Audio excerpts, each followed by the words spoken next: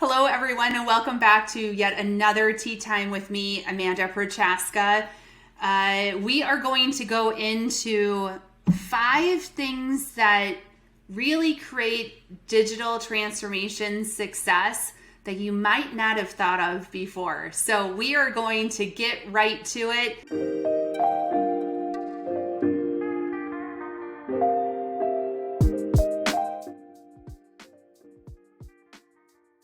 All right, today, before we dive into this very interesting topic today, I have a little bit of a different drink scenario than I usually do. We're doing some more of a cold brew tea today. It's a peach tea, and it's 90 degrees here today, so hence the non-hot tea drink. But go ahead and grab your favorite drink, and we are going to settle in on this topic for a while, and it's all about 5 things that you have not thought of that really create digital transformation success. And this is from my own learnings throughout my career, and then through all of the wonderful client engagements that we've had at Wonder Services. And we see this so often when it comes to digital transformation success, and we wanted to share this learning and insights with you. So if you're going through a digital transformation, you can leverage what we've learned so far. So number 1 is having a detailed design. So often when you're doing a larger end-to-end deployment, let's just say a source through pay deployment in procurement or an ERP deployment, design often becomes a technical design. And you'll hear certain system integrators say, we're going to design to the 80% because 80% is enough. And typically what happens when you do it that way, you're going to get the broad brush kind of what I call the schmear kind of approach where, yes, you have a business process, but it doesn't get into the nuance that's really important to make it work operationally day to day. So for you to have digital transformation success, I highly recommend a couple of things when it comes to your business process design. First of all, it is a business process, not a technical process. So what I mean by that is sometimes we can get swayed into like the point and clicks in the technology, which is important, but that's for a later conversation. A business process design is really around how do we want work to happen in our organization?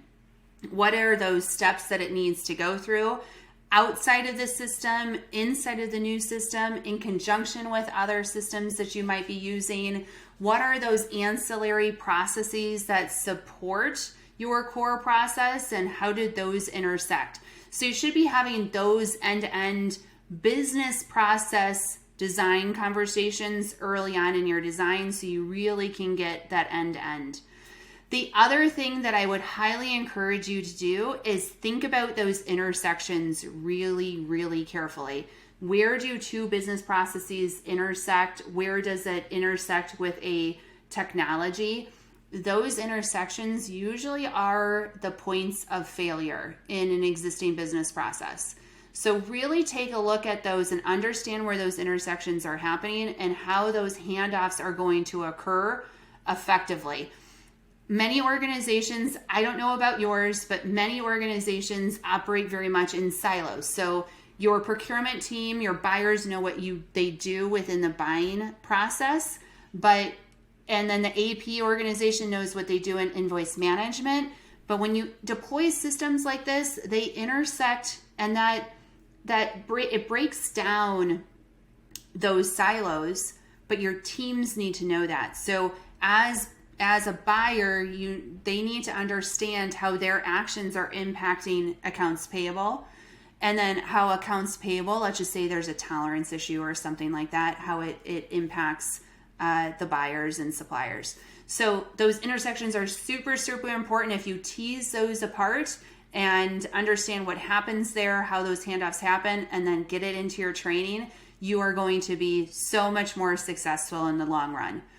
And last tip on this point, do not let anyone tell you that the nuances don't matter. That is where the work actually happens. That is where your pain points are today for the most part. So make sure that you get into those nuances and take your time in design. I've seen so many of these proposals coming from the tech providers that are like, we're going to do design in 2 weeks. And I was like, that is not going to happen, nor would I recommend it for you. Even if it is a simple deployment, you still want to think through your business process and how this is going to change how work is getting done. So take your time, make sure you allocate enough time and resources to do this well. It is going to set you up for success in the long run. Okay, that was a lot. I'm going to take a sip. Number two here, active sponsors. Okay, so we've had a couple of clients as of late where they have a set of sponsors that are involved in projects, and they actually are activated, which is great. So what I mean by that, you can have a sponsor who might help you at times or sit in your steerco meetings and not say a word, or you could have a sponsor, what I call a sponsor that is just like the logo on the back of the t-shirt. You don't want that type of sponsor. You want a sponsor who knows their role in the project, which would include things like challenging what is being discussed on the project, design issues, different decisions that need to be made. They can either challenge what the team is doing or be the tiebreaker and actually make a decision on behalf of the project. So you need a sponsor who's going to be able to do that. You need a sponsor who is going to influence the organization to come along with the project. They need to be vocal. They need to be well-versed on the project. They need to be activated by the change management strategy that you're putting into place. So if you have a sponsor who's kind of laid back, that logo on the t-shirt, things need to change to make sure that you are, as the project lead or a project team member, that you're feeding them with talking points and asking them to do things. Now, if they do those things or not is a whole different ballgame, but you got to at least ask and activate, okay? So that is an important role of a sponsor. Another important role of a sponsor is maintaining scope. Scope creep can happen so often on these projects, and it will get you off track very, very quickly when it comes to hitting your budget targets and your timelines. So if you want to really stay within scope, your sponsor needs to be the guardian of that. That is a very important part of their role. They need to understand what was scoped out originally and what requests might be out of scope and shut that down very, very quickly. The last part of what I consider a good sponsor to do as part of their role is to understand what success looks like at the end of the day and set that vision. So whenever we go into a project, one of the first things that we do is we talk about what does success look like? And that's qualitative and quantitative. So the hardest part is getting actual metrics in place, but it's so, so important. And that sponsor needs to own it. Like they need to be all in on that vision, because what's going to happen is during the design and during other conversations, you'll be making choices that will directly have a positive or a negative impact on that vision. We just had a recent client that set the vision and did it very well. However, the sponsor wasn't overly engaged in the design, and they were making design decisions that were in direct conflict with the vision. And you don't want that to happen. So that make sure that sponsor is 100% clear on those aspects of their role right up front. And then if they're not acting in that realm, if you have communicated the expectations as a project lead, I need you to do X, Y, and Z very, very well. If they're not doing that, it is like your number one mission to get that to stop. So booking one-on-ones with that person, giving them a feedback, asking what else they need from you, asking if maybe they're not the right sponsor anymore. It's a very good question. I mean, you do that eloquently, right? But if their role changed, if there's more accountability within their role, and maybe they just don't have the time to be the sponsor you need, that is something that you need to make sure you're having those conversations about. So number 2, active sponsors, critical to the success of a digital transformation program. Okay. The next one, number 3, is engagement and ownership internally. I cannot stress this enough. In fact, I just had this conversation about something that we're working on right now, and I asked my project lead, are they all in? Are they all in? Like, because if you're not all in, then why are you spending millions of dollars on this if you're just kind of have a toe in the water? You as a project lead, if you want to be successful in your digital transformation, your team and your sponsors and your leadership need to be all in. And if you're not feeling like they're all in, then it comes down to a question of why. It can throw all kinds of things off, by the way.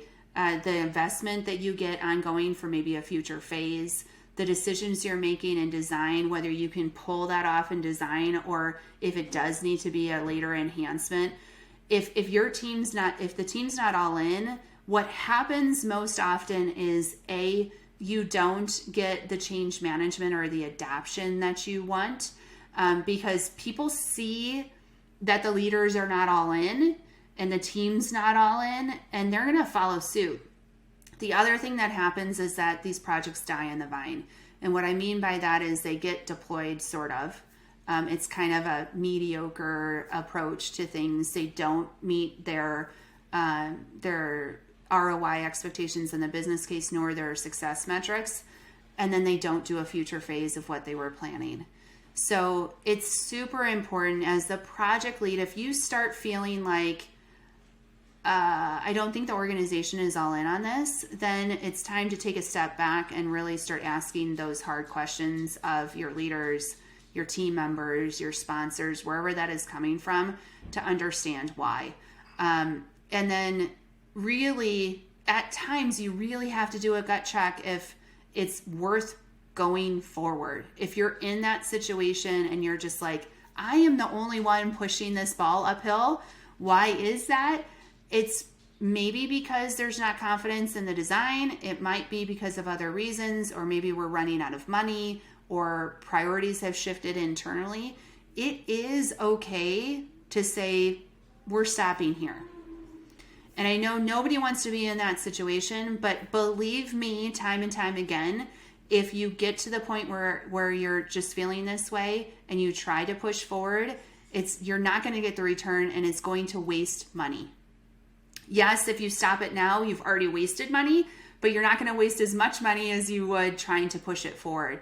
So I highly encourage you to really be focused on, are we all in? And if we're not, have those tough conversations, be very critical about what you're doing. Try to get people to come around, but also take the opportunity to understand why that's happening. And if you should, worst case scenario, stop here and not move forward. Okay, so number 4 is I'll say it's my sweet spot. What I'm passionate about more than anything else is that you need to make sure that users know the new ways of working. And that sounds really simple, like high level. You're like, yeah, of course, people need to know what they're doing. But if you don't have the right change management strategies, if you don't have the right process design, if you don't have the right policies, if you don't have the right data and metrics, people are not going to know how they need to work moving forward. And that is the number one reason why you don't get adoption, is because all of those factors don't come together and you don't get that employed into the day-to-day. It's going to fall apart really, really quickly. So what I love to do on projects is we always take a very holistic view of everything that's going on. And even if it's a quote unquote easy technology deployment, you still need to be talking about, do my skill sets change for my people? How is this going to land culturally? Do I need to make process changes? Do I need to make org changes? Do I need to make data changes? Do I need to make metric changes? Obviously, the technology is already changing. And then do I need to make a policy change, right? So those are all things that we talk about every time that we deploy out to a company, because nobody wants to be in a position where you spend all this time, you spend all this energy. Energy is precious, more precious than the money that you're spending on this.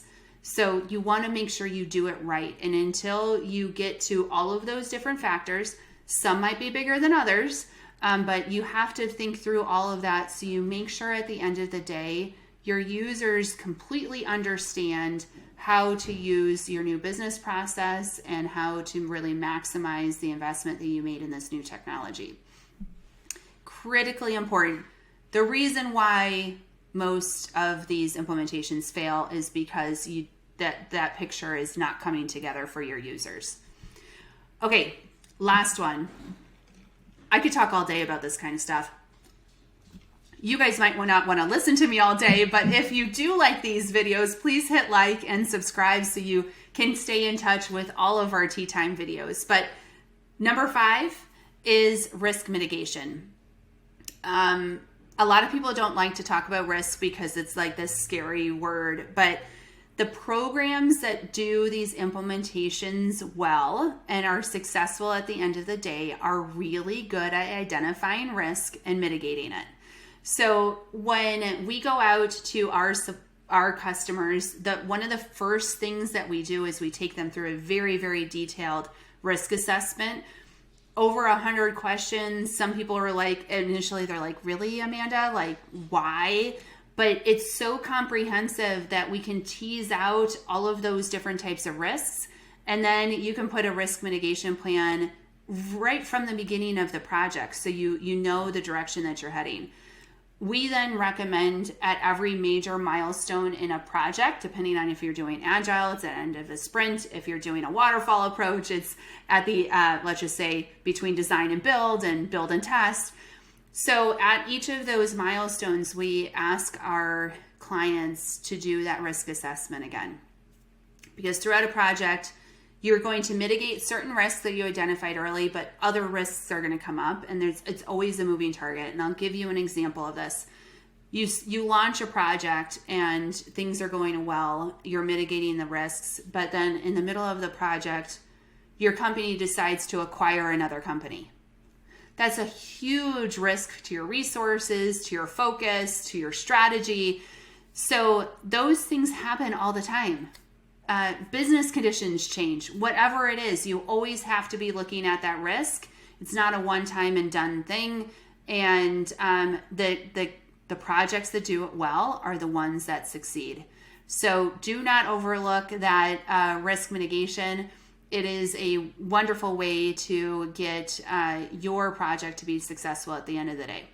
So those are my top 5 items that you might not have thought of to lead to success on your project. You might have, but those are the things that we have learned at Wonder Services that really make a difference. So let me hit them again. 1 is the detailed process design. 2 is active sponsors. 3 is being all in on the project for yourself, your team, your sponsors, your leaders. 4, making sure that all those pieces, parts, all 8 of those pieces come together so your users know what they need to do to get the work done. And then 5 is effective risk management. Risk is not a bad word. It's actually a good word if you can identify those risks proactively. So I, again, hope that you enjoy these tea times. I always enjoy sharing this knowledge with you all. Our mission at Wonder Services is to make sure that every digital transformation opportunity that's out there is a successful one. So if you're going through a digital transformation journey and you want to learn more about how we can help you, please look us up at wonderservices.net. There's all kinds of ways to engage with us there, and then also check out additional content that we've created to help you be successful in your journey. With that said, cheers to you and have a wonderful day.